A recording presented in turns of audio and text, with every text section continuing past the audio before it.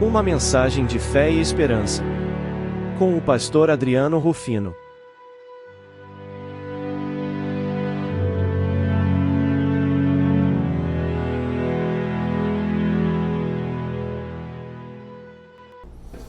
Olá, Deus abençoe a todos em nome de Jesus. Seguimos com a série Reações, não é? Hoje, fazendo uma pergunta, como é que você reage ao medo? Sim, porque você sabe que o medo, ele é um mecanismo de defesa, não é? Deus nos dotou com esse elemento porque o maior bem que um ser vivo possui é a própria vida. Portanto, o medo, nesse sentido, ele é um elemento protetivo, de proteção, de preservação, não é? A própria existência, a própria vida. Nesse sentido, o medo, ele não é problemático.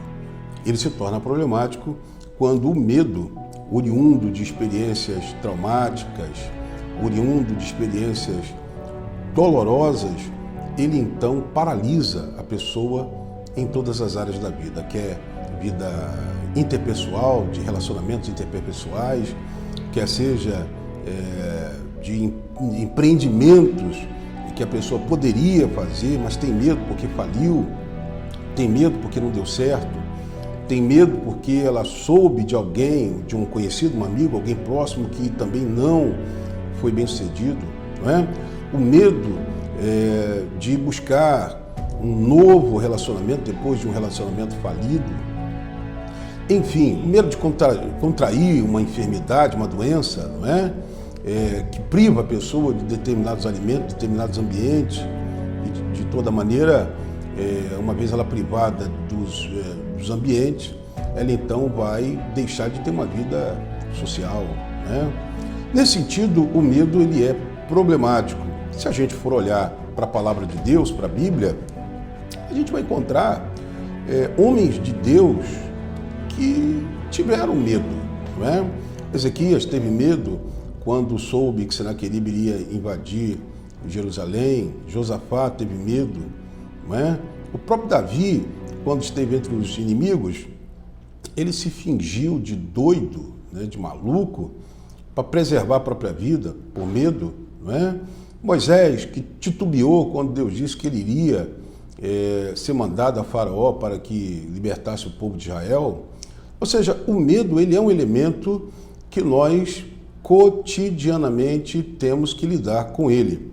Na Bíblia, que tem resposta para tudo, há um episódio de um medo coletivo, não é?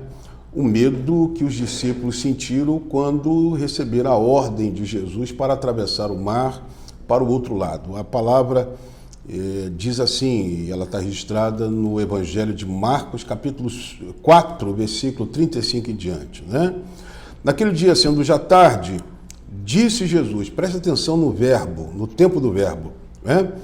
Disse Jesus, passemos para o outro lado. Perceba que o verbo passar, ele está no imperativo, era uma ordem, e os discípulos tinham duas opções diante desta ordem, ou desobedecê-la, ou obedecê-la, né? Mas como eles eram discípulos de Jesus, prontamente obedeceram.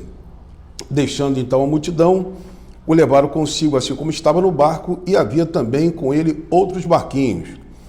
Veja, no versículo 37, levantou-se grande temporal de vento e subiu as ondas por cima do barco, de maneira que já se enchiam. E Jesus estava na popa, dormindo sobre uma almofada. No grego, né, que é a linguagem original em que foi escrito esse evangelho, diz que essa almofada era uma almofada pequena, então Jesus estava encolhido, não é, sobre esta almofada pequena, deitado, fazendo dela uma espécie de colchão, né? Despertaram-no, os discípulos despertaram Jesus, dizendo, mestre, não se te dá, ou não te importas, né, que estejamos perecendo, né, estamos afundando. E a Bíblia diz no versículo 39 que ele, Jesus, despertando do sono, repreendeu o vento e o mar e disse, cala-te, aquieta-te. O vento se aquietou, houve uma grande bonança. E a pergunta que ele faz é,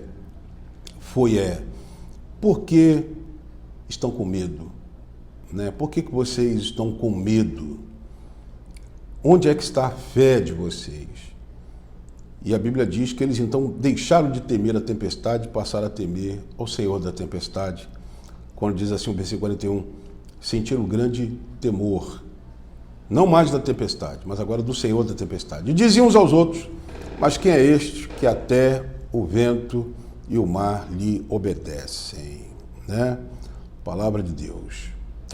Perceba que no versículo 37, quando diz que levantou-se um grande temporal de vento, subiu as ondas por cima do barco, de maneira que já se enchia. Se você for dar uma olhadinha lá no grego, né, sobre o que aconteceu exatamente naquela noite,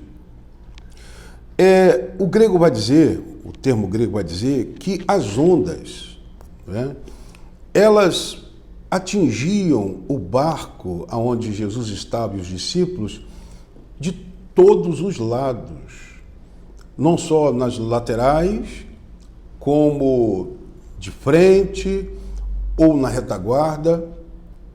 As ondas, era como se aquele barco houvesse se tornado um alvo das ondas, né? Não importava para onde o vento soprasse, as ondas só conseguiam enxergar o barco aonde aqueles discípulos estavam, e aquele barco estava sendo açoitado de todos os lados por aquelas ondas. Evidentemente que por trás daquela tempestade havia a atuação maligna, né? E essa atuação maligna, por trás daquelas ondas, daquele vento, daquela tempestade, é que provocou o pavor, o medo no coração dos discípulos. Perceba então que o medo, nesse sentido, era um medo provocado por uma situação espiritual. Uma situação, né, acima da capacidade dos discípulos de raciocinar, até porque nós estamos falando de homens que conheciam bem aquele perímetro, que conheciam bem aquele mar. Naquele barco havia Pedro e João, que eram empresários da pesca, André, irmão de Pedro, que trabalhava com Pedro na pescaria e conhecia aquele mar como ninguém. Já haviam presenciado várias tempestades, até porque, se você olhar no mapa, esse mar lá na ponta, lá na parte norte, né, há várias montanhas. E normalmente quando há ventanias naquela região, os ventos descem das montanhas com violência e agitam as águas. Então, humanamente falando, era normal, né, aqueles pescadores terem presenciado várias e várias vezes aquelas ondas, aquelas tempestades, aquela rebordosa. Mas daquela maneira que estava acontecendo, eles nunca haviam presenciado, porque era algo sobrenatural, era algo espiritual. O natural estava aqui e o elemento era acima do natural, sobrenatural, não é? E aí a gente pergunta à Bíblia e pergunta a você, o que fazer quando o que provoca o medo em nossas vidas tem origem no espiritual? O que fazer? Como detectar que determinados problemas que nos causam pavor, medo, é natural ou sobrenatural? Perceba que quando Deus ele criou o nosso corpo, ele blindou determinados órgãos com uma caixa de ossos. Perceba que o coração, o pulmão, que são órgãos vitais, estão protegidos por uma caixa torácica. O nosso cérebro, ele é um dos órgãos mais importantes do corpo, se não mais importante. É por isso que ele está protegido por um conjunto aqui de ossos que fisicamente o protege de algum elemento externo que possa prejudicá-lo. Mas nós temos um problema, nós temos 2 olhos e 2 ouvidos, que são janelas ou portas da alma, do cérebro. E é normalmente pelo que vemos e pelo que ouvimos que muitas das vezes o medo consegue atingir o cérebro, embora ele esteja tão bem protegido por por esse conjunto de ossos. Perceba então que a única maneira de se proteger contra o medo é nos enchendo de fé. Foi o que o apóstolo Paulo disse aos Coríntios. Ele disse: vocês estão limitados por causa dos seus sentimentos. Limitados pelos sentimentos. Sim, os sentimentos às vezes eles nos limitam. O medo às vezes paralisa. E um dos remédios mais eficazes contra o medo é a palavra de Deus. É por isso que na Bíblia, todos os dias existe uma promessa de Deus dizendo não temas. A palavra não temas, não tenha medo, aparece 365 vezes.